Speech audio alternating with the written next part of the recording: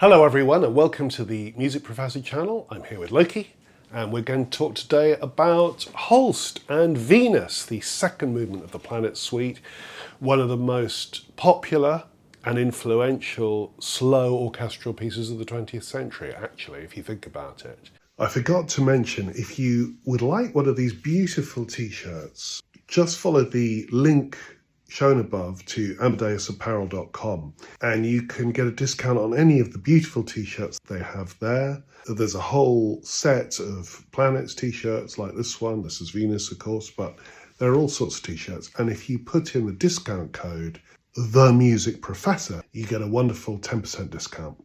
And so in today's video, I want to try and summarize quite concisely why it's so marvelous. So we're going to look at its beautiful melodic content, the sumptuousness of its harmony, which is really special and very individual, the sort of perfection of its form, and the lovely orchestration. So we're going to try and concentrate on those components. Holst titled the piece Venus, the Bringer of Peace, very much to contrast with the horrors of war, as exemplified by the first movement, Mars, the Bringer of War. So you've got this marvellous dichotomy, something very harsh, savage, brass-dominated, in 5/4, so with that irregular rhythmic component, and ferocious, mechanistic orchestra.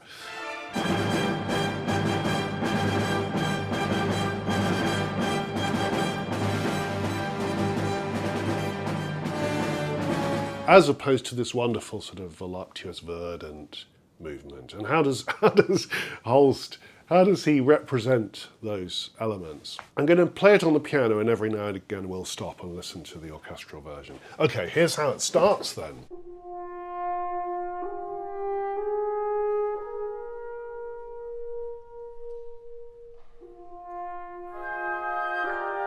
So we begin with this horn solo, all on its own. Just there is no more beautiful sound in the orchestra than the French horn, and in that sort of mid to high register, it's unsurpassable. Interestingly, though, it isn't often employed in that sort of lyrical way that he uses it. And here's the thing, and this is one of the reasons why the whole movement is so marvelous. The piece is in E-flat major. But we don't hear E-flat major, the tonic chord, and we don't really settle in it until the end of the movement. So the whole thing is about suspending that resolution. So if you think about it, the horn, there's E-flat, we start on the second note of the scale, and we climb up to the fifth note of the scale. Interesting. So we're on the dominant, the horn does it again, and over the top, these beautiful chords sort of piled up in thirds, flutes coming down, oboes climbing up. So it's a very perfect sort of shape, that, isn't it?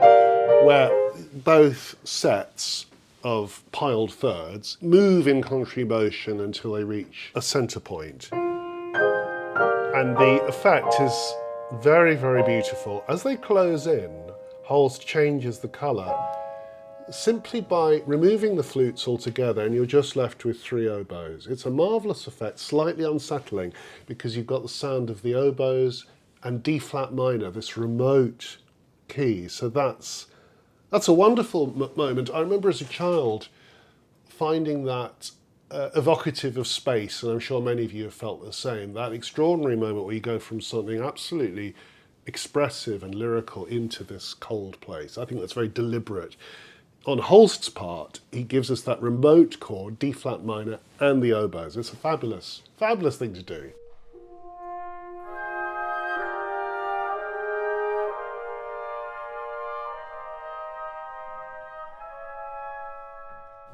Okay, so we've arrived at D-flat minor, the horn again, this time on D-flat, climbing up to G-flat, so that's the dominant of C-flat major. We're moving to the flat submediant now.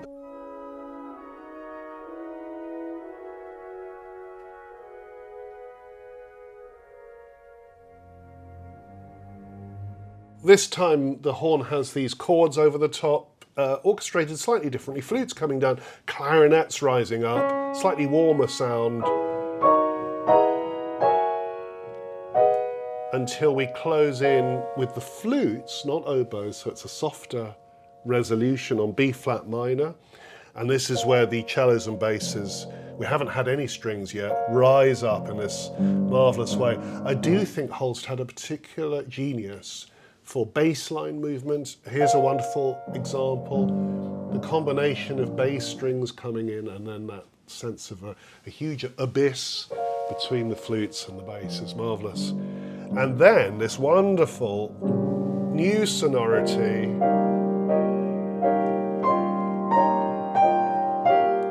just floating like that on a ninth.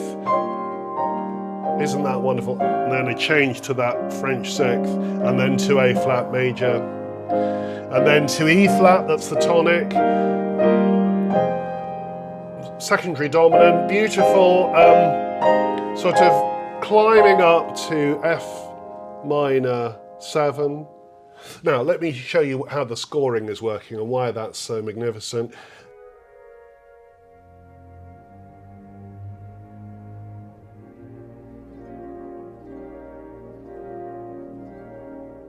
As we come out of that B flat minor moment, horns, so we've got a mixture of 4 horns. The horns are doing this, and over the top you've got the flutes doing it the other way around. So you have you have a ninth in the horns against a 7th in the flutes, and then the other way around.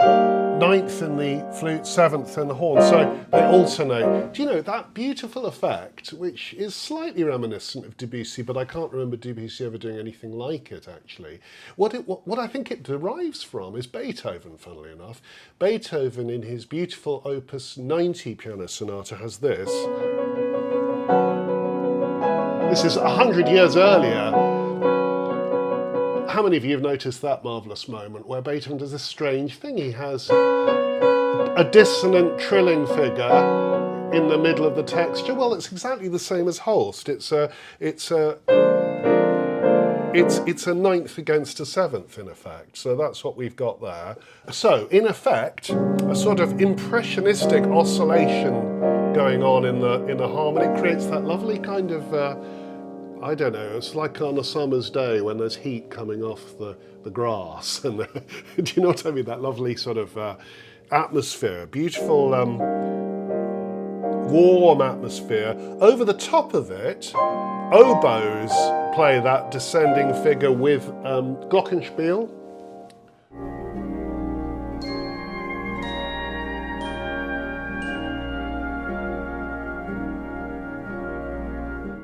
And then second time we hear that, it's flutes with a celeste, ever so slightly different colour, going to the French sixth.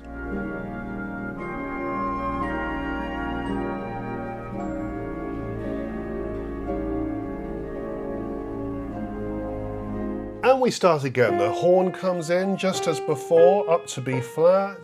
We hear the same beautiful enclosing of contrary motion to D flat minor. And then we go somewhere different. B flat minor, cellos, beautiful cellos, to E flat major. There's the tonic, but only for a moment. There's B flat minor, G minor.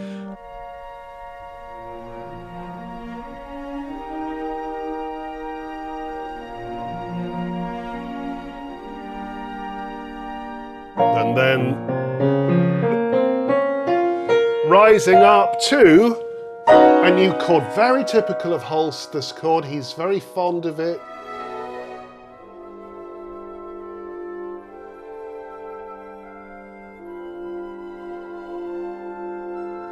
You get it in several of his pieces. It's a sort of, it's like an 11th with a 13th over the top.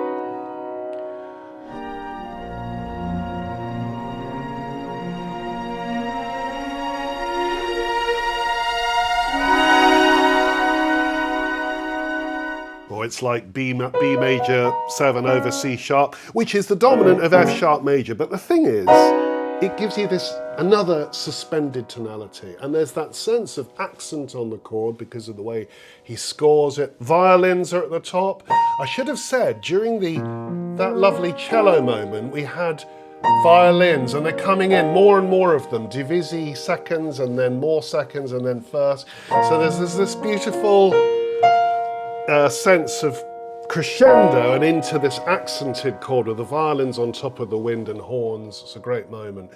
And I think what this signals, and I've never read this anywhere, is the beginning of what I think is the second subject. Do you remember we talked in the last video about Mars? I mentioned that I saw the movement as being in a kind of modified sonata form. No one talks about sonata form and Holst, but I think he used it in a kind of experimental way. So this is, I think, the end of the first subject group. We're into the second subject, and we've got a new tune. Solo violin, so it's more intimate, and it's accompanied by these lovely pulsing chords in the double reeds. It's a combination of 3 oboes with a cor anglais underneath. It's really lovely scoring. Absolutely individual.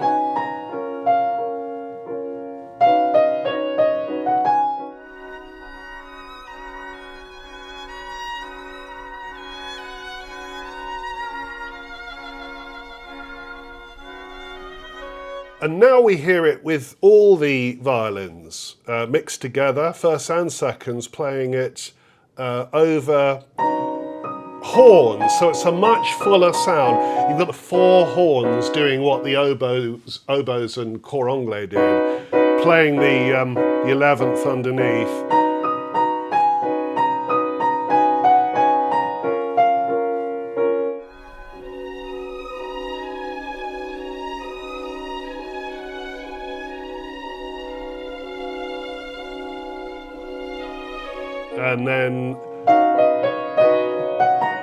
And then we get a new kind of scoring. First violin's at the top, second violin's underneath. And over the top of this pulsing in the clarinets and oboes, with a French horn at the bottom. It's a beautiful sound.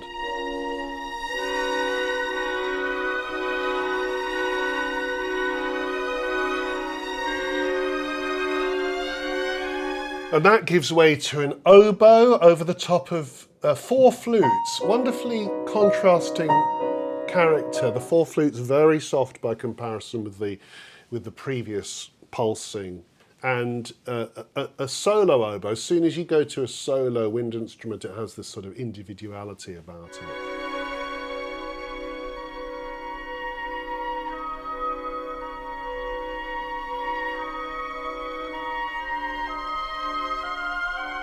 Over the top of that oboe solo, you've still got the first violins.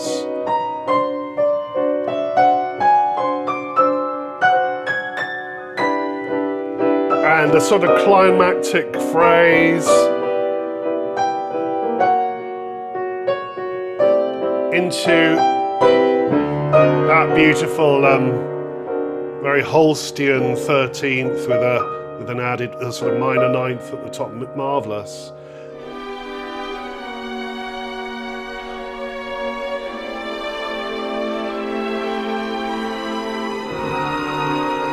But then it isn't resolved, it returns, the bass rises up a semitone, just like the first subject, returns to the same place where it started.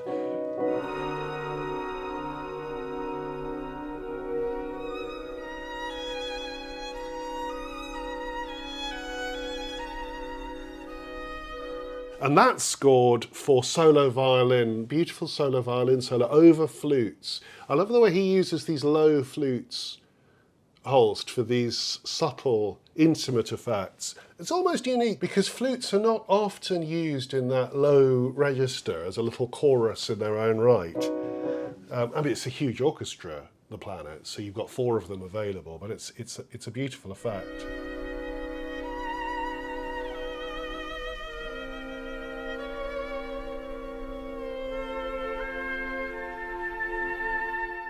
So this is where I think the development section begins, with that moment of a sort of question in the solo oboe, answered by the clarinet. Horns come in on that suspended chord. Second oboe solo.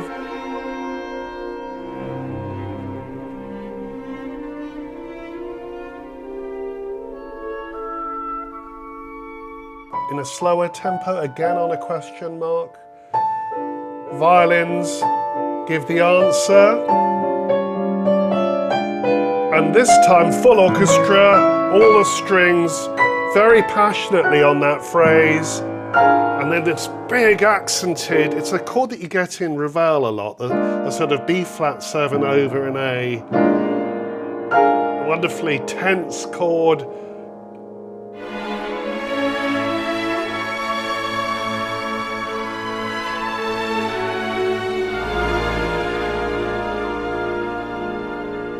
Here's this beautiful cello solo instead of the oboe.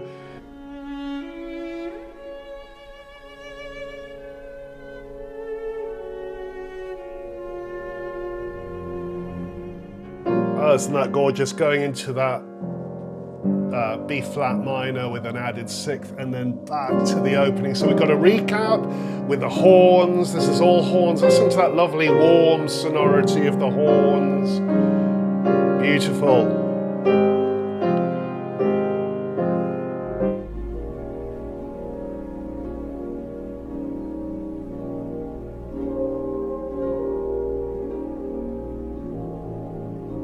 So just as at the beginning we have the French horn solo, but it's answered by the flute and higher solo strings, all solo strings up here. Beautiful recap with doing things differently.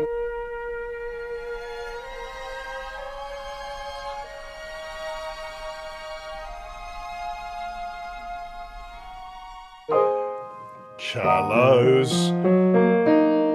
And then here's that gorgeous chord rescored, this time with solo violins.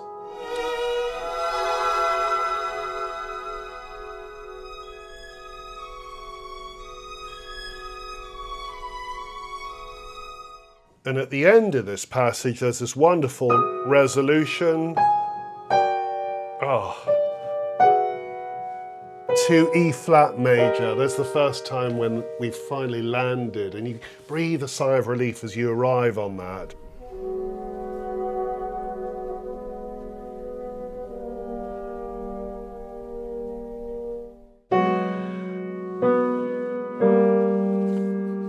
And then we have cello solo with the violins rising over the top, cello rocking on that fifth. And then resolution, this marvelous sense of everything being okay as he unleashes his Coda. Just like he would love J.S. Bach, Holst, and there is this sense, he was an organist too. There's this wonderful sense of a sort of organist coda where you have this sense that, yes, you've arrived on the tonic, but you can play around with exciting harmonies over the top of the tonic pedal. So we have this lovely scoring.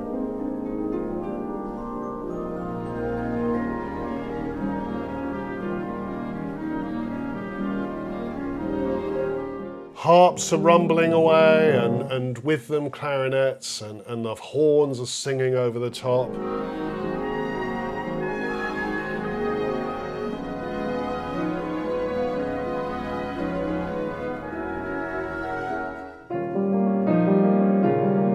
Here are the horns and the harps, oboe,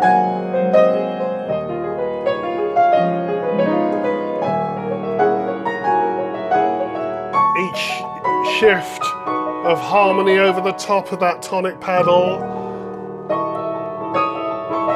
and rising higher, tonic pedal still in the bass. Really marvellous because it's quite tense against that thing, and then finally we resolve again, and everything And there's a celeste and a lovely tinkly scoring, which he's so good at. And now my thing's died.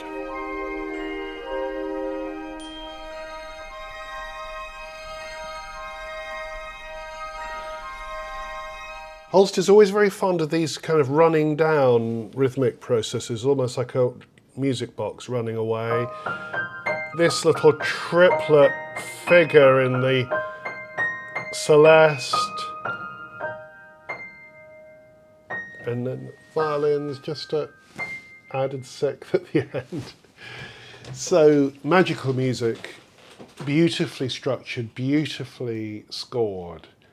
And there are other orchestrators of the period, Stravinsky and Ravel, for example, who are more complex, more intricate orchestrators, but Holst, there's this wonderful musicality, absolute intuition about the emotional character of the musical landscape and how to score it, which is an absolute model for anyone learning to orchestrate. So thank you so much for watching this video about Holst's Venus. If you like the channel, please subscribe, press the little bell, please comment, and if you feel in a generous mood, please consider donating to the channel. Thank you so much.